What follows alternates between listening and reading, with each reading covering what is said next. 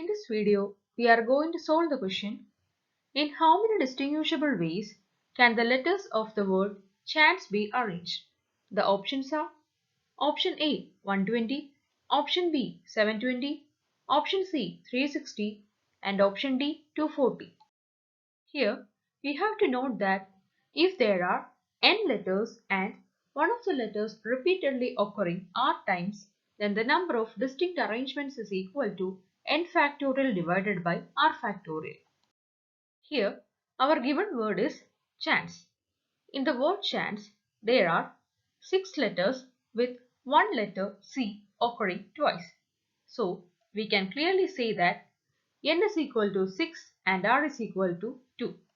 Therefore, the number of distinct ways of arrangements is equal to n factorial divided by r factorial, and that is equal to 6 factorial divided by 2 factorial, which is equal to 6 into 5 into 4 into 3 into 2 into 1 divided by 2 into 1, and that is equal to 360. So, the correct answer is option C. That is, the letters of the word chance can be arranged in 360 distinguishable ways.